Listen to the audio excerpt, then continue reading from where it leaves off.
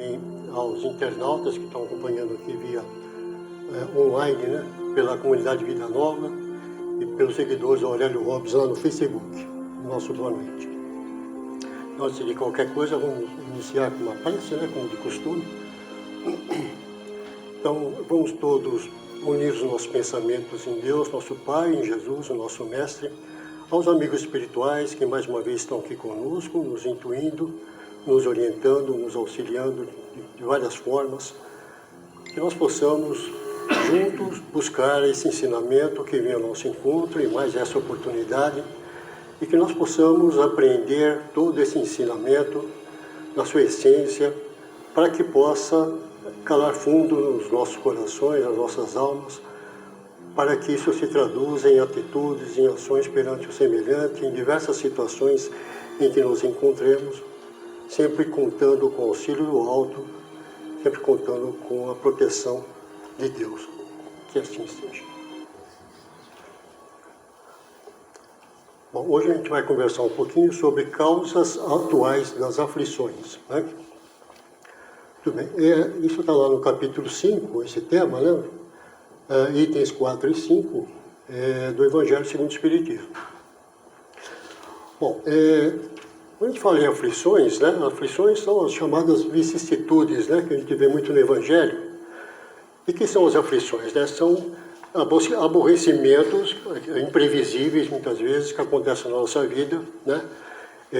Muitos desses aborrecimentos são causados por nós mesmos, né? A gente, infelizmente, sempre quer encontrar um culpado, mas esse culpado está em nós mesmos, né? Nas nossas atitudes, nas nossas ações, muitas vezes impensadas, né? Inconsequentes, e a gente acaba causando essa aflição para a gente mesmo, né? São coisas assim como a perda de um ente querido, um desemprego que a gente não esperava, né? Uma discussão áspera com um grande amigo, com um familiar, né? Então são coisas que causam desconforto, causam embaraço para a gente sofre com isso. Então são aflições, e essas aflições elas variam de intensidade, né? Tem pequenos aborrecimentos e grandes aborrecimentos, né? Mas para começar, eu fui lá no item 1 desse mesmo capítulo, buscar aqui o que tem lá está lá na Bíblia, né? No Novo Testamento, que fala o seguinte, em Mateus capítulo 5, versículos 4, 6 e 10. Ele fala lá, bem-aventurados os que choram, porque serão consolados. Bem-aventurados os famintos e os sequiosos de justiça, pois que serão saciados. Bem-aventurados que sofrem perseguição pela justiça, pois que é deles o reino dos céus. Eu fiz questão de colocar isso aqui para a gente também questionar no nosso cotidiano, na nossa vida diária. A gente muitas vezes vê pessoas que choram e nem sempre são consoladas nessa vida, né? Outras pessoas também que são famintos, sequiosos de justiça e não são saciados, não são satisfeitos nesse sentido, né? Ele arremata, bem-aventurados que sofrem perseguição pela justiça, pois que é deles o reino de Deus. Então, deixa claro aqui que esse reino não é nesse mundo. É lá, né? É o reino dos céus, que Jesus sempre se referiu, né? E quando ele está na frente de Pilatos, né? Quando Pilatos está interrogando Jesus, que foi preso, ele pergunta uma hora, né? Sois reis dos judeus? E Jesus falou, meu reino não é deste mundo. Então ele já afirmava ali, como em várias ocasiões, que o reino dele não era aqui, ainda, né? Logicamente que o nosso planeta está caminhando hoje de provas e expiações para um mundo em regeneração, e lá para frente, lá sei quantos milhões de anos, será um mundo feliz, né? Quem sabe a gente vai participar disso, né? Ou neste ou em outros planetas, outros mundos, a gente não sabe. Mas ele queria afirmar aqui que esse reino não era aqui, né? Não era na Terra ainda, por enquanto, né? Bom, e vamos lá também, no item 3, eu fiz questão de colocar, porque há algumas coisas interessantes aqui. Ele fala o seguinte, olha, somente na vida futura podem efetivar-se as compensações que Jesus promete aos aflitos da Terra. Sem a certeza do futuro, essas máximas seriam um contrassenso, seria um engodo, seria uma enganação, né? Mesmo com essa certeza, dificilmente se compreende a conveniência de sofrer para ser feliz, né? Dizem, para se ter maior mérito. Mas então pergunta-se, por que sofrem uns mais que os outros? Por que nascem uns da miséria e outros da opulência, sem coisa alguma haverem feito que justifique essas posições? Por que uns nada conseguem, ao passo que outros tudo parece sorrir? Todavia, o que ainda menos se compreende é que os bens e os males sejam tão desigualmente repartidos entre o vício e a virtude, e que os homens virtuosos sofram ao lado dos maus que prosperam. Então vejam, Jesus, na sua perfeição, foi o Espírito mais perfeito que passou aqui por nós, ele jamais nos enganaria, né? Não é da estirpe dele, né? Ele está muito acima da gente, e é Jesus, né? Então, essa promessa, nós acreditamos nela, né? Então, veja, agora, às vezes, mesmo acreditando, a gente, às vezes, não aceita esse sofrer, vamos botar esse sofrer meio entre aspas aqui, para que a gente possa ter essa recompensa no futuro, né? Esse sofrer que ele se refere aqui, todo esses embaraços, essas coisas que a gente cria, as aflições, né? Mas que a gente tem que aceitar, porque, primeiro, são provocados por nós mesmos, né? E em outros casos, é o tema do próximo item aqui, na sequência, que vai falar de causas anteriores das aflições, né? O que é o anterior? É das outras vidas, de coisas que nós nos comprometemos, estamos hoje aqui tentando reparar, né? Então veja que Jesus faz essa promessa, né? E o Espiritismo explica isso, ou procura explicar, né? Essas questões que nós lemos aqui, de que uns sofrem mais que os outros, né? Porque há tantas diferenças entre os homens na Terra, é uma coisa que outras religiões tradicionais não explicam, né? Ou se explicam, foge de uma certa lógica, de um bom senso, né? Só o Espiritismo vem responder uma coisa que satisfaz a gente, né? Ele continua lá, fala o seguinte: a fé no futuro pode consolar e infundir paciência, mas não explica essas anomalias, né? Que parece desmentir a justiça de Deus. Entretanto, desde que se admita a existência de Deus, ninguém o pode conceber sem os infinitos das perfeições, né? Em Deus tudo é infinito, né? Em sabedoria, em justiça, em misericórdia, né? E a justiça dele, evidentemente. Ele necessariamente tem todo o poder, toda a justiça, toda a bondade, sem o que não seria Deus. Se é soberanamente bom e justo, não pode agir caprichosamente, nem com parcialidade. Ele pode nem ser caprichoso de ser a favor de uns e contra outros, né? E nem ser parcial, né? Logo, as vicissitudes, né, as aflições da vida, derivam de uma causa. E pois que Deus é justo há de ser essa causa, né? Então, se a gente tem um sofrimento, uma causa, ela existe e ela é justa, né? Isso, o que de cada um deve bem compenetrar-se. Por meio dos ensinos de Jesus, Deus pôs os homens na direção dessa causa e hoje, julgando-os suficientemente maduros para compreendê-la, lhes revela completamente a aludida causa, por meio do Espiritismo, isto é, pela palavra dos Espíritos, né? Então veja, como nós dissemos, Deus nunca agiria com parcialidade, nunca seria a favor de uns contra outros, ele não seria Deus se ele agisse dessa forma, né? E veja, essa causa, ela acaba sendo revelada de alguma maneira, né? Ela diz, olha, tem um culpado aí você mesmo, é só você se analisar, fazer uma autoanálise e procurar saber por que você sofre. Vai buscar as causas, né? Como é que é o seu procedimento? Como é que é o seu viver, né? Você vive bem com as pessoas, sabe? Então, se é uma pessoa que não tem esse propósito de melhoria, ele está sempre encrencando aqui, encrencando ali, e vai causando esses aborrecimentos, que são grandes ou pequenos, dependendo da circunstância, né? Vamos lá. aí começando propriamente dito aqui o item 4, né? Ele fala lá o seguinte, de duas espécies são as vicissitudes da vida, ou se preferirem, promanam de duas fontes bem diferentes, que importa distinguir. Umas têm sua causa na vida presente, outras fora desta vida, né?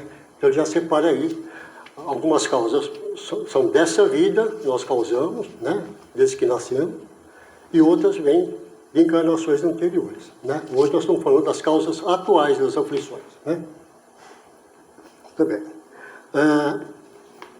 Então ele fala, remontando-se à origem dos males terrestres, reconhecer-se-á que muitos são consequência natural do caráter e do proceder dos que os suportam. Então veja, muitas vezes vai muito do caráter da pessoa e do como ele procede. Qual é o seu procedimento? Ele é ruim? Então, sabe, se ele tem um caráter também nada recomendável, então logicamente que ele só vai atrair esse tipo de coisa, né? Na vida dele nada dá certo, está sempre com problema aqui e lá, ali, porque ele não está, está fora da lei divina, né? Está fora, está à margem da lei. Então, quantos homens caem por sua própria culpa? Quantos são vítimas de sua imprevidência, do seu orgulho e da sua ambição, né? Então, veja, ele fala aqui, quantos caem por sua própria culpa? São vítimas de imprevidência, quer dizer, não planejam direito, às vezes fazem umas coisas bem atrapalhadas, né? Então não tomam o devido cuidado no trato com as coisas, né? E com as próprias pessoas que rodeiam, né? Afora o orgulho, a ambição, o egoísmo que permeia isso e acaba influindo bastante, né? Então, essa pessoa muito orgulhosa, muito ambiciosa, são coisas que acabam influenciando na sua conduta, no seu procedimento, e ele acaba por acabar sofrendo dessa forma. Hamed, lá no livro Os Prazeres da Alma, ele fala o seguinte, que eu achei interessante, eu separei. O homem verdadeiramente liberto sabe que sempre está correndo riscos e, por consequência, nunca terá absoluta segurança. Só tropeça quem está a caminho, só erra quem é livre para tentar. O erro é fator para a aprendizagem, ensinando a melhor metodologia para a fixação do acerto, né? Então, veja, a gente está no caminho, né? A gente sabe que a gente vai errar muito ainda, né?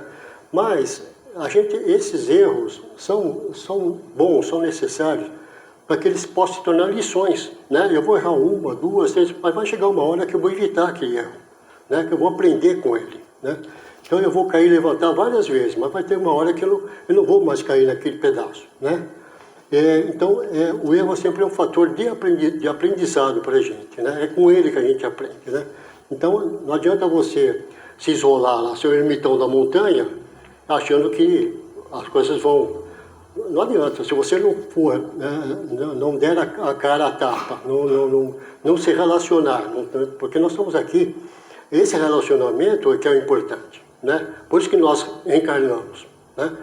Porque esse relacionamento é que vai fazer esse burilamento, esse apuro, né, das nossas condições, né?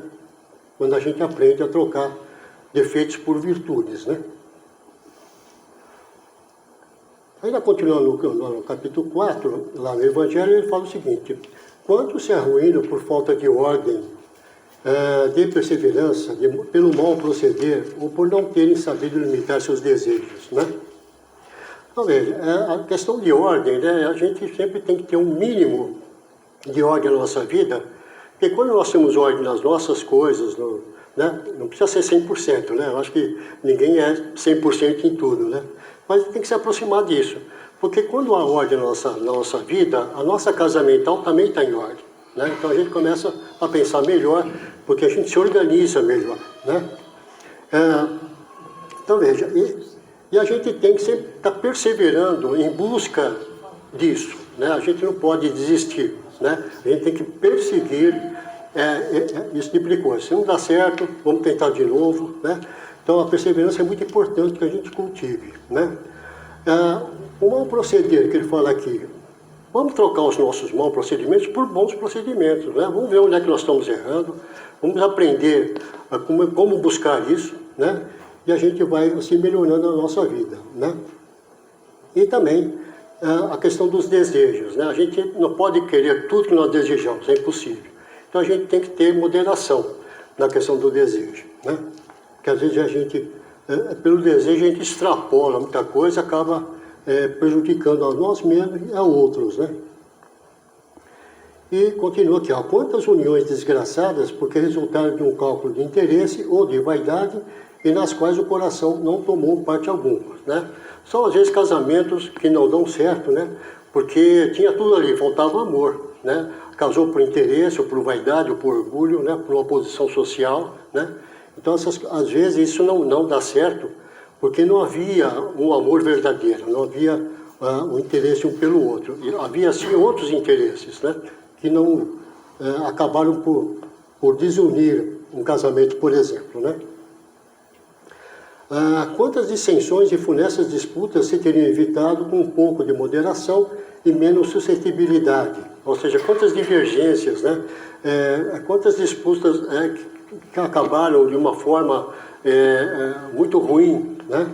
Se a gente tivesse sendo um pouco moderado nas nossas ações, né? E também a questão da suscetibilidade, se a gente aprendesse a nos ofender, não nos ofender com tão pouco, né? Então, muitas das nossas divergências, das nossas brigas, às vezes você vai ver a causa, é um motivo tão bobo, tão fútil, né? E a gente fica brigando por causa de porcaria, né? E às vezes são coisas absurdas, né? Pessoas às vezes ficam sem conversar por causa de um detalhezinho tão infantil, muitas vezes, né?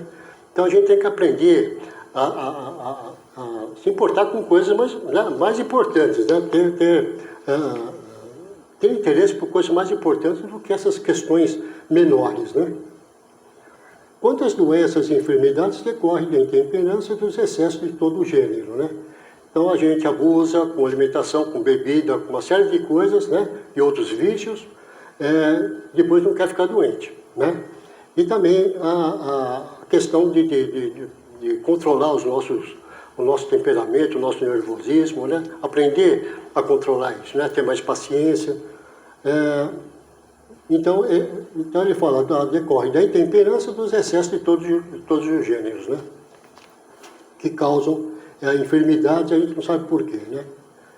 Quantos pais são infelizes com seus filhos porque não lhes combateram desde o princípio as más tendências.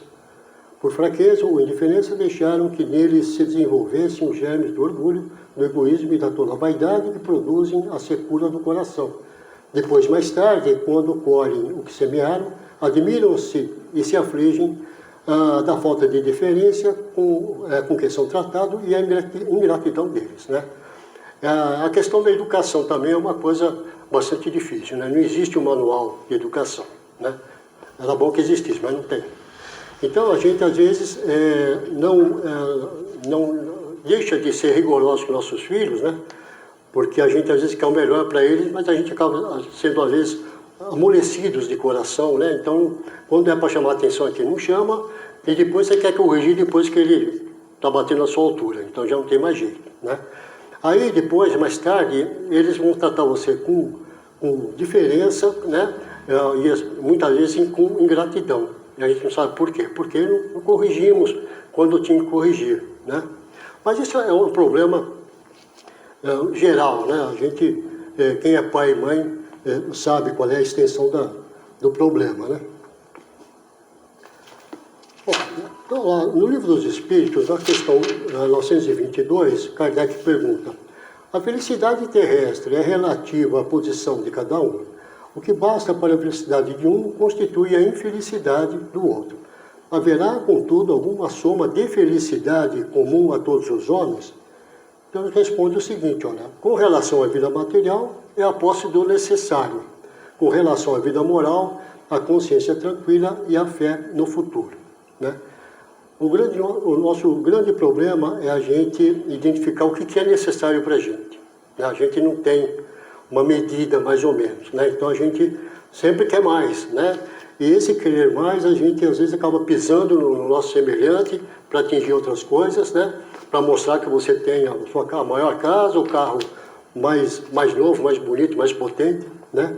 A gente às vezes não mede o que nós fizemos para fazer aquilo, quantas pessoas prejudicamos para ter aquilo, né? Por causa da nossa vaidade, da nossa ambição, né? E com relação à vida moral, a consciência é tranquila, né? O que é a consciência tranquila? É a paz de espírito, é o dever cumprido, é você ter consciência que você realmente está buscando reformar-se interiormente, né? Fazer a reforma íntima, né? De que forma? Praticando a lei de amor, a caridade na sua ampla acepção, né? Porque a caridade é uma coisa muito ampla, a gente às vezes não entende direito, né? Mas a gente precisa se debruçar mais sobre o que é caridade, né? E a fé no futuro, né? A fé no futuro é aquela fé que Jesus falou, né? Lá no reino dos céus haverá recompensa. É essa fé que nós temos que ter, né? Acreditar que aquilo é a pura verdade, né? Na 133, ele pergunta: tem necessidade de encarnação os espíritos que desde o princípio seguiram o caminho do bem? Ele responde: todos são criados simples e ignorantes e se instruem nas lutas e tribulações da vida corporal. Deus, que é justo, não podia fazer a uns sem fadigas e trabalhos, consequentemente sem mérito, né? A resposta que eu achei um pouquinho confusa, mas eu entendi o seguinte: o que é seguir o caminho do bem, né? É você buscar as leis divinas, né? Tentar fazer essa transformação moral que a gente tanto fala, que é da reforma íntima, né? Agora, o caminho do bem, quem está seguindo o caminho do bem já está na estrada há muito tempo, né? Então não é por uma hora ou outra que você vai deixar de reencarnar porque está seguindo o caminho do bem, né? Aí às vezes pergunta, tem gente que fala assim: a Madre Teresa de Calcutá não vai mais reencarnar. Eu tenho minhas dúvidas, né? Ela teve ela fez uma caridade tremenda, um Chico Xavier, né? Mas você sabe se ela quitou todos os probleminhas dela nessa encarnação? Talvez não. Ela deu um passo gigante, né? Mas ainda talvez não seja a hora, né? Que às vezes a gente tende a pensar como nas igrejas tradicionais, que falam assim: fulano já foi para o céu. Por quê? Porque ele foi bom cidadão aqui, fez algumas coisas, né? Ótimo, teve uma vida exemplar. Mas não é o caso de ele ir para o céu, né? Dentro da rotina da doutrina espírita, a gente sabe que para conquistar essas coisas a gente vai ter que trabalhar muito, né? A coisa não é assim, né? Não é num estalo que a gente vai conseguir essas coisas, né? E a gente já está no caminho há muito tempo, né? Mas ele tem lá na 133A, o Kardec não ficou muito satisfeito e perguntou: mas então, de que serve aos espíritos terem seguido o caminho do bem, se isso não os isenta dos sofrimentos da vida corporal, né? Resposta: chegam mais depressa ao fim. Demais, as aflições da vida são muitas vezes a consequência da imperfeição do espírito. Quanto menos imperfeições, tanto menos tormentos, né? Lógico. Aquele que não é invejoso, nem ciumento, nem avaro, nem ambicioso, não sofrerá as torturas que se originam desses defeitos, né? Veja, se você está seguindo o caminho do bem, você está encurtando o caminho que nos levará à perfeição um dia, aquela perfeição relativa, né? Ela vai ficar mais curta, né? Ao passo de outros que não é que não estejam nem aí, ainda não despertaram para a coisa, né? A consciência ainda não acordou, né? Mas, uma vez que você esteja nesse caminho, esse caminho vai ficar mais curto, né? E ele fala aqui, ele cita algumas coisas que nós temos que vencer, né? A inveja, os ciúmes, né? A avareza, a ambição, são uma das coisas que a gente terá que vencer para que o nosso sofrimento seja minorado, seja diminuído, né?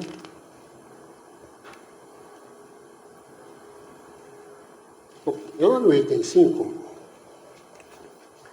ele fala o seguinte: olha, a lei humana atinge certas faltas e as pune.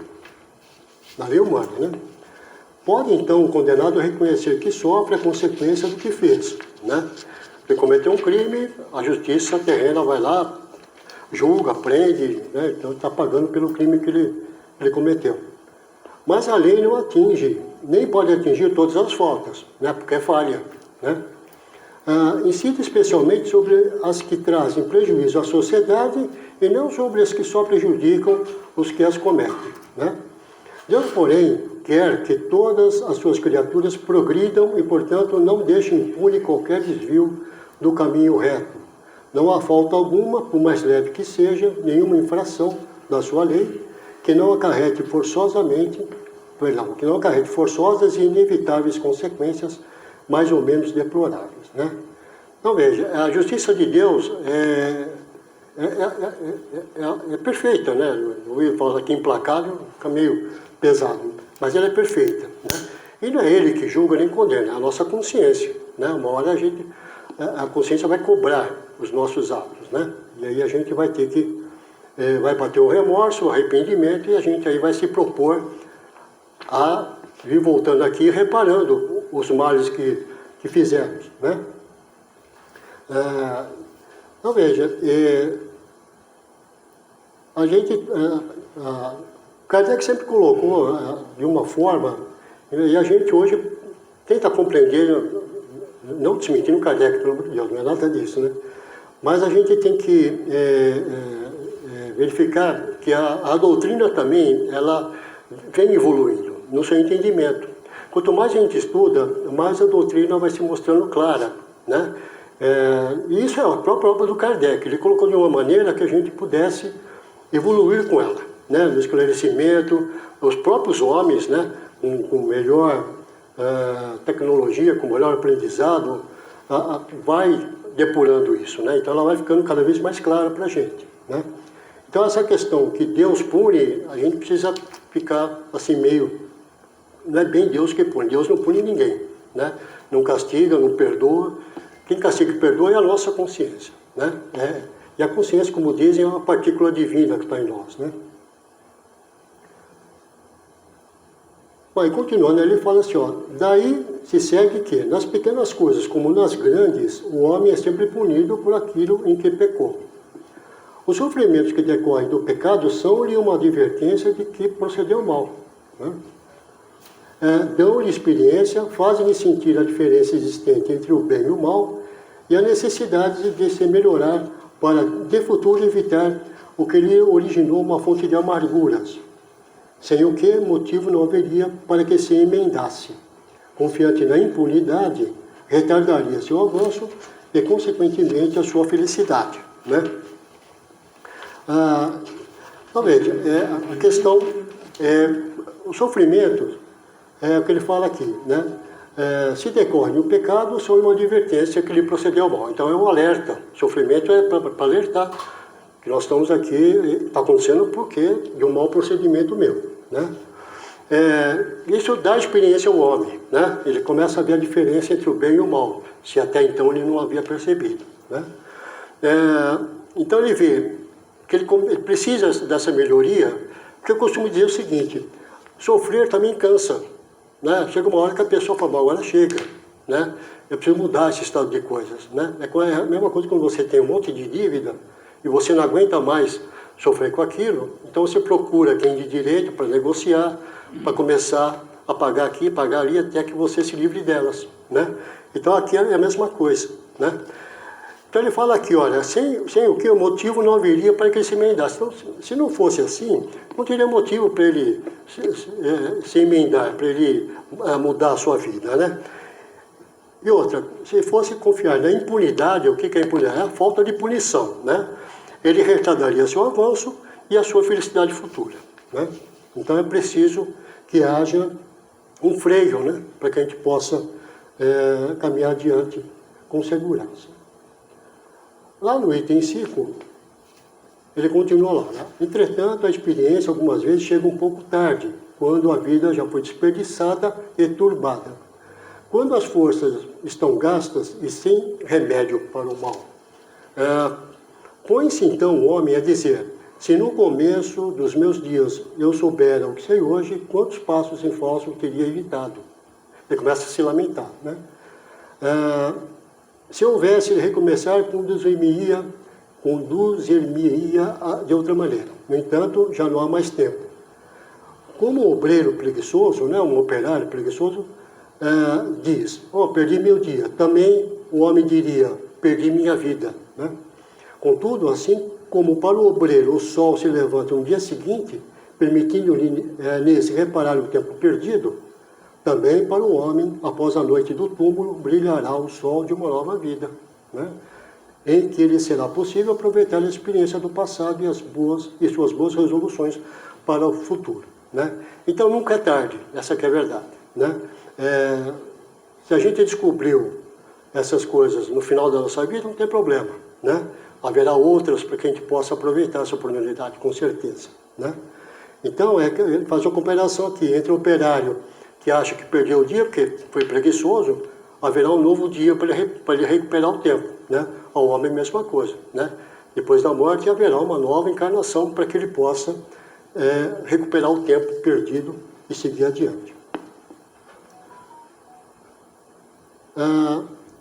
Lá no capítulo 9, eu tirei isso aqui porque eu achei interessante uma advertência do Kardec, que ele fala, não espereis dobrar a justiça do Senhor pela multiplicidade das vossas palavras e das vossas genuflexões. O caminho único que vos está aberto para achares graça perante Ele é o da prática sincera da lei do amor e de caridade. Né?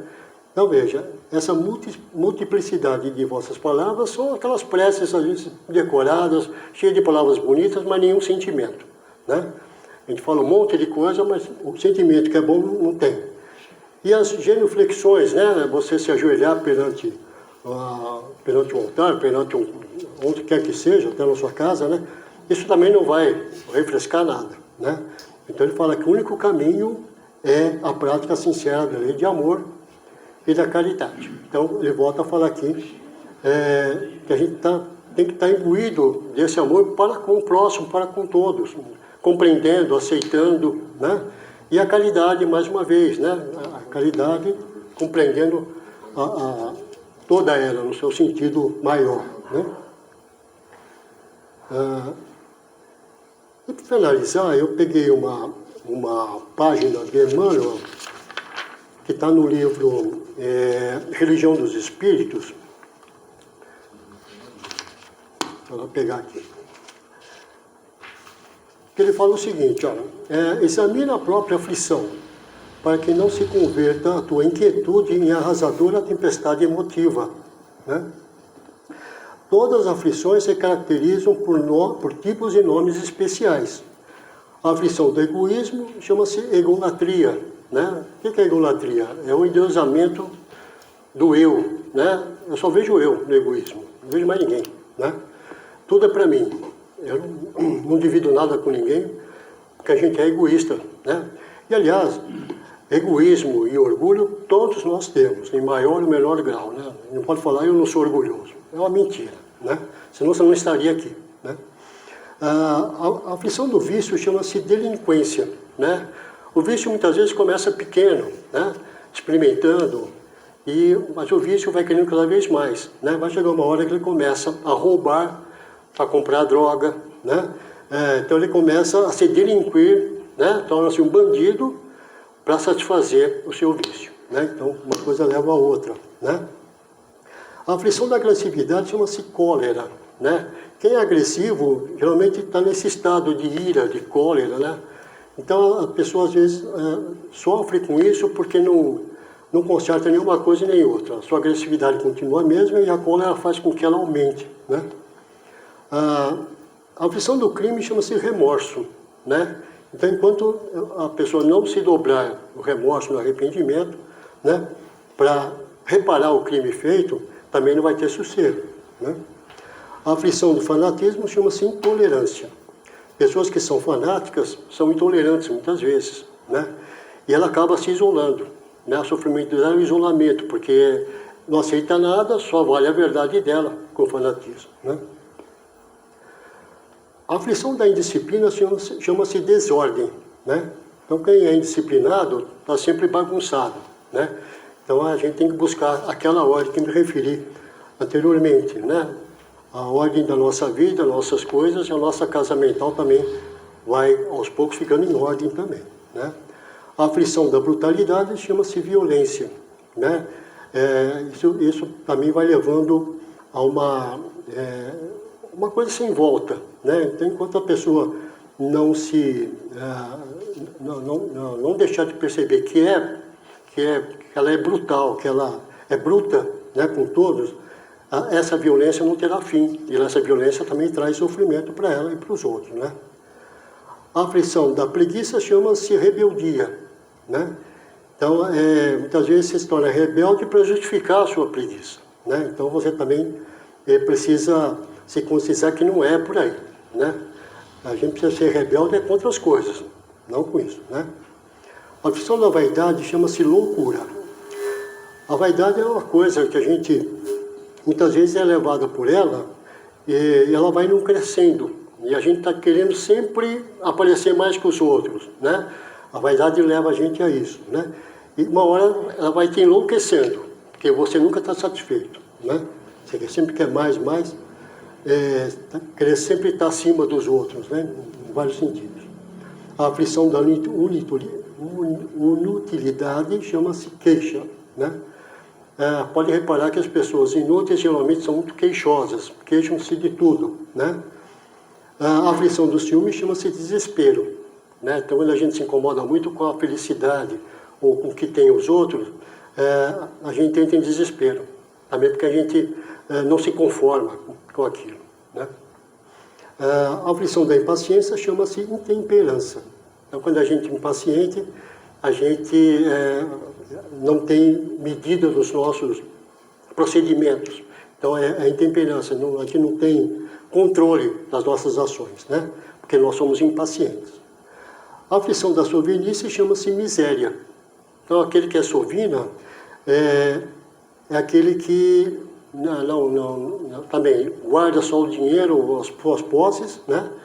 Mas como ele não vive aquilo, ele não aproveita o que tem, ele vai se tornando miserável, né? Isso também vai fazendo com que ele sofra, né?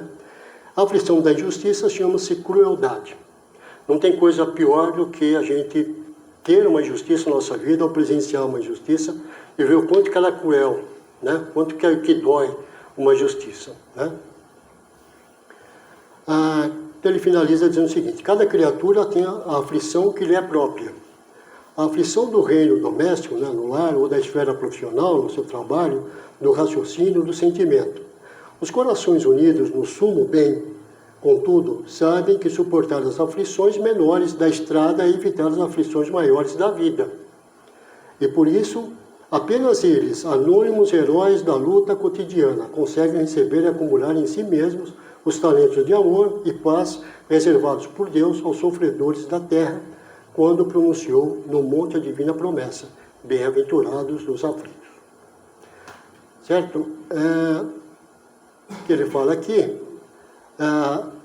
sabe que suportar as aflições menores da estrada, né, das nossas encarnações aqui, é evitar as aflições maiores da vida, né? Então, quanto mais a gente entender, compreender o que acontece conosco, por que nós sofremos, quais são as causas dessas aflições, né? Quanto mais a gente compreender e tentar diminuir isso, mais a gente vai deixando de sofrer, né? Esses tormentos vão diminuindo, né? Mas a gente precisa ter esse propósito de reforma interior, né? Não tem outro remédio, não tem outro jeito. É difícil, mas a gente precisa, aos poucos, ir produzindo isso, né? Ninguém vai se tornar santo do dia para a noite, isso é ponto pacífico, né? Ninguém vai sair daqui e virar anjo, né? Então a gente vai retornar ainda muitas vezes a esse planeta ou ao outro, a gente não sabe, mas a gente está sempre tentando esse aprendizado para que a gente possa sofrer menos, né? Que a gente possa ir diminuindo isso na nossa vida e buscando a felicidade, né? Que é o que importa, né? A felicidade minha e do meu semelhante. Então era isso. Vamos partir agora para a nossa segunda parte, né? Então eu convido os médicos pacientes que possam dirigir a sala de passes, né? E a gente pode